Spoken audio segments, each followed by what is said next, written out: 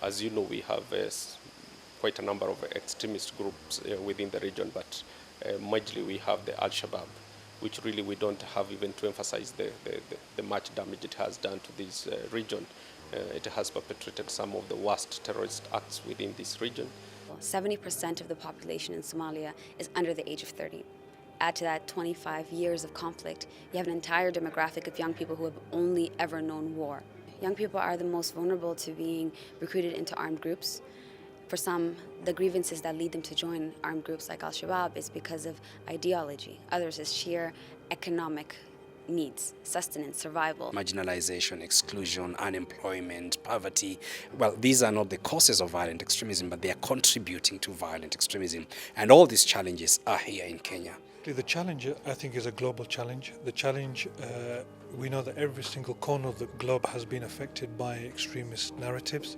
And obviously we know that extremist narrative does not respect any boundaries, any borders. So with the advent of social media, we feel that, and we can see quite clearly that the messages of extremists are flowing rapidly through the streets and in the pockets of young people through their smartphones. So violent extremism and the narrative behind the justification for violent extremism has come to Africa in a big way, and the challenge for the UNDP is not a small one to tackle this problem. The fight against extremism is not just a military or a government program thing. It's more or less a communication struggle as well. And you've seen how the extremist groups have embraced technology and communications, passing on and spewing, hundreds if not thousands of messages to the target audiences, not only people they want to recruit for their operations, but also to try and justify their actions.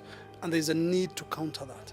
The United Nations system developed a strategy on on terrorism actually, and pillars 1 and 4 of that strategy deal with development issues, because pillar 1 is about preventing the occurrence, conditions conducive to terrorism. But the UN development community has not been very active over the last couple of years in framing what a development response is or should be. And since 2014 we began convening a series of meetings to articulate what it is. Because part of the problem, of course, is language. The kind of language you use can create an impression that the UN development side has become partisan on the issues that polarize and divide countries. So how do you encourage those who've gone in for the wrong reasons to be able to come out? So it meant you have to develop different kinds of strategies and approaches. And in the context of Africa, we then convened a meeting last year where we brought experts from around the world to understand the manifestations in Africa and the drivers in Africa. And on the basis of those conversations, we organized a second meeting in Addis Ababa later in the year, where we then developed a program. So now what we now offer is what we call a development response to violent extremism. So we've organized research as well on some of the issues. And the research has been fascinating in interviewing ex-Boko Haram, ex-Al-Shabaab, those who've been captured, those who are in detention, those who are in transition centers. And we have some fascinating results from the research about what is happening and why they joined. We are beginning implementation of the program. And so this meeting, we brought representatives, UNDP leadership from all the countries that will be implementing the program. And we want to share the ideas about what is required, what the challenges are, because this is complex, it's new, it's challenging. There is no template on how you address these kind of problems. And I wanted to be sure we were speaking from the same script, that UNDP leadership at the country level is able to step up and engage on all of the big issues. If it's extreme violence on the basis of ideology, what it said to us is it's a learned process. It's a socialization process. So extreme terror is a manifestation of this socialization process. And if you can understand the drivers that lead to a tipping point where this behavior becomes extreme, you can create a development space. So our development space is an earlier process in understanding why people transit and move from being normal members of society to become engage in extreme behavior. But we also do acknowledge that the broader plenitude of our programs can create a more conducive environment to addressing issues of violent extremism. So if you have a program that addresses social cohesion and social inclusion in a country, it makes people feel a little more included. And if the motivation, some of the pull factors for trying to engage in violence is a sense of exclusion, you address that. Right now, it's as if it looks as if all Muslims are part and parcel of this bandwagon, that Islam, the religion, supports the activities of these hotheads who are busy killing people. What they are just killers. And I think that's what needs to be brought out of the communities, and also for the communities to get enough communication and enough information for them to be able to make a right decision about who these people are. Yeah, the local communities need to understand that violent extremist groups are competing for them. Or rather for their attention, trying to recruit the communities, at the same time trying to intimidate the communities, and then legitimizing their actions to the communities. And communities need to be aware that violent extremist groups are really working through conspiracy theories, coming up with very sophisticated communication tools to lure the unsuspecting young people into their ranks and file. This they need to be aware. The UN agencies need to work very closely with communities to try and prevent this kind of luring from violent extremist groups.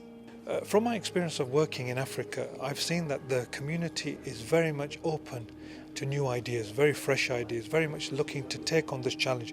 I've had the opportunity to visit Kenya, Ethiopia, North Africa, and I found that the leadership of faith institutions is actually opening up its hands and saying, look, we can see the problem coming, or if the problem's already here, how do we actually tackle this? So this is where I think the UNDP plays a pivotal role that can go beyond the governments of those countries to support NGOs to help to solve this problem. Well, I think in the scope of preventing violent extremism, we have to stop viewing women and girls just as victims or as spoils of war. At times they are perpetrators, but for the most part, they're champions and agents for real change. And we have to capitalize on the unique influence that women and girls have in the family, at home, in the community. And I think that if we emphasize empowering them with leadership skills to actually reach more people in their own community, we have a better chance of ending extremism. There's no template globally about how issues around violent extremism have succeeded. In fact, the report by the UN Secretary General last year showed that the increase in foreign terrorist fighters has increased by 71%.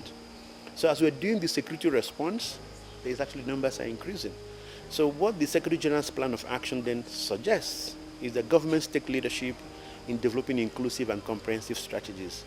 The security response is useful, it's not enough. Alone, it will never address the problem. You need the development dimension, working together with the security dimension.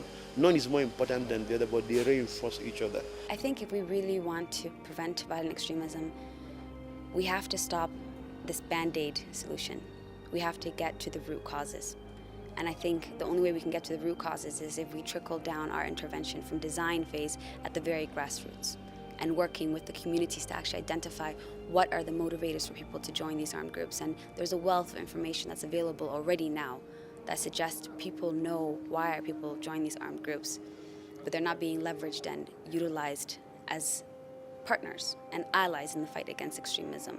And that's why I'm quite excited about this new UNDP program, because it has taken the steps to trickle down and to get people like myself from civil society, from the very grassroots that work with the affected communities, to be involved in this process of the design and hopefully in the rollout and implementation as well too.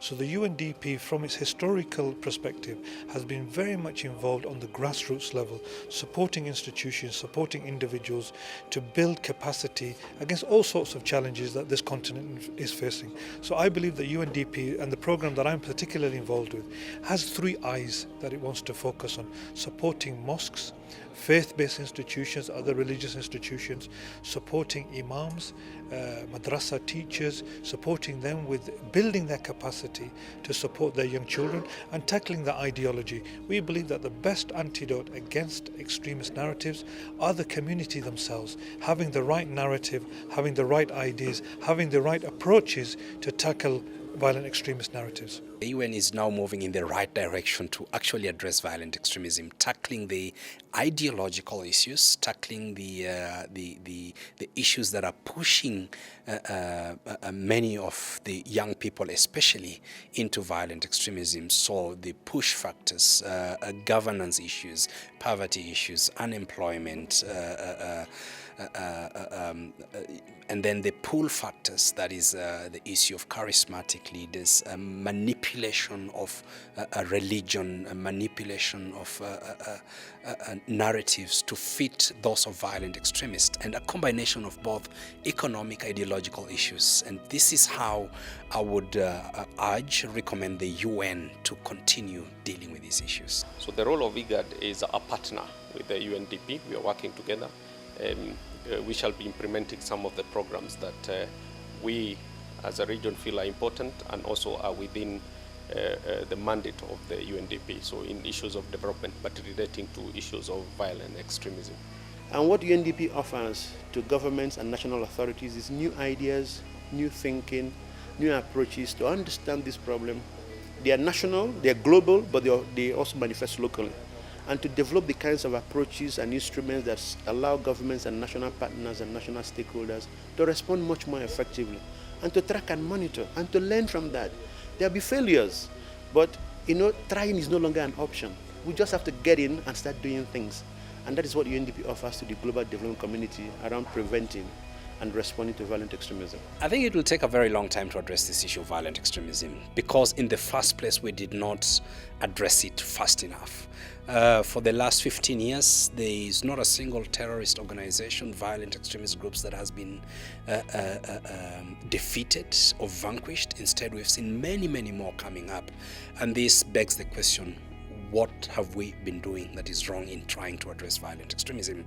And therefore, the kind of interventions that are being discussed by UNDP, I find them to be a departure from the last 15 years and bound to succeed. Because the future of IGAD member states is the future of IGAD, that we are going to have, the aim is to have a stable, peaceful, secure region. So that's the aim of this, where people are able to earn their living without fear of any attacks. People are able to go around with their business as normal. We say now violent extremism and terrorism have become the new normal. The new normal is that if you stay for some time without an attack, then you're worried. We want where people live peacefully and without worry of any attacks. Yeah, that we just need to be careful, and we need to stay the course, and we need to really engage communities. As you have said, the violent extremists are very busy engaging communities, recruiting from the communities. We need to move these debates, interventions, and engagements to the communities themselves. So nobody's guaranteeing success, because this is a complex phenomenon. But it's not something you do on pilot anymore. It's not about go to a small community, you test, you pilot, you grow. It has to start from scale from day one because of the nature of the problem.